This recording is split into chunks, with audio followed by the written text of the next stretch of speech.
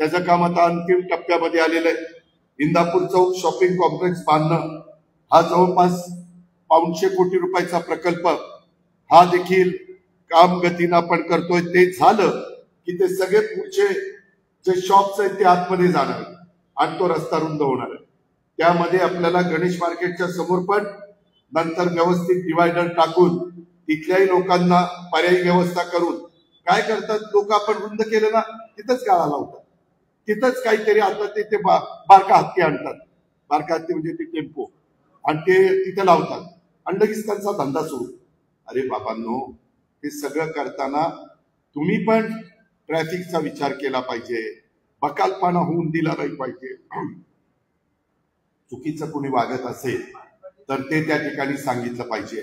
परवा असंच मी जाताना जळोची मध्ये एकाने असं काय शायनिंगनी गाडी मारली, मलाच त्यांनी कट मारला, मी गाडी, त्यांनी कट मारल्यावर माझं सकत, मी माझ्या ड्रायव्हरला म्हणलं चल मागे, पण तो पोलीस शिरला।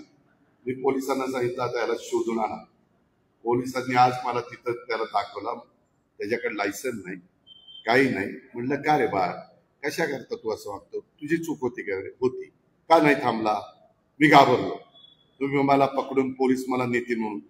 ही जी काही पद्धत आहे, अजूनही काही मुलं बारामतीमध्ये कुठंतरी मोटरसायकल, कुठं ते काय ते सायलेन्सर मध्ये पोलिसांनी पकडलं। मी पोलिसांना पण सांगतो, तेही ऐकत असतील, त्यांना माझी विनंती आहे, तो कुणाचाही माझ्या जवळचा असो लांबचा असो, तो बारामतीकर असेल किंवा बारामती शहरामध्ये तो नियमाच्या पेक्षा चुकीचं वागत असेल तर त्याला पकडायचं आणि रीतसर जी कार्यवाही असेल ती करायची, त्याला सोडायचं नाही। आणि त्याचे सतत असे प्रकार, त्याची प्रवृत्तीच ती असेल तर 3-4दा खटले भरायचे आणि नंतर पहिल्यांदा तडीपार करायचा, आणि तडीपार करून देखील नाही ऐकलं तर मकोका लावायचा। त्याला पुढच्या 4 पिढ्याच आठवल्या पाहिजे। तुम्ही सर्वांनी नीट वागा, कुणी चुकीचं वागू नका।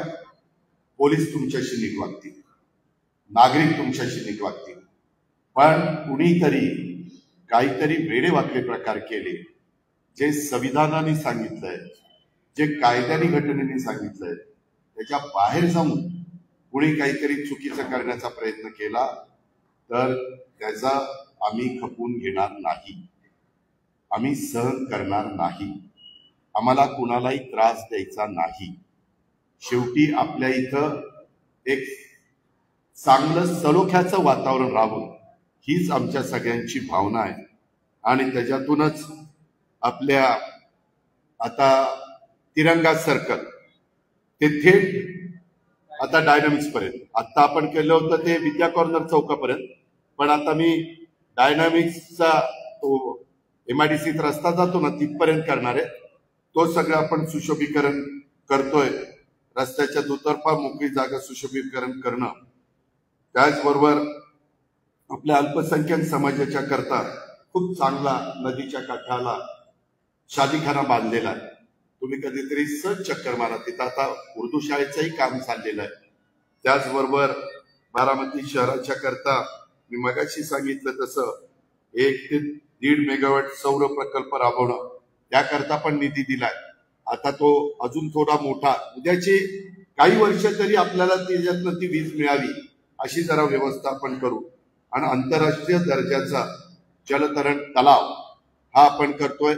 नवीन क्रीडा संकुल पण आपण करतोय, जुन्या क्रीडा संकुलाचं पण काम चाललेलं आहे। 5 नंबर शाळेच्या ठिकाणी आपण CBSE स्कूल करतोय। आपल्या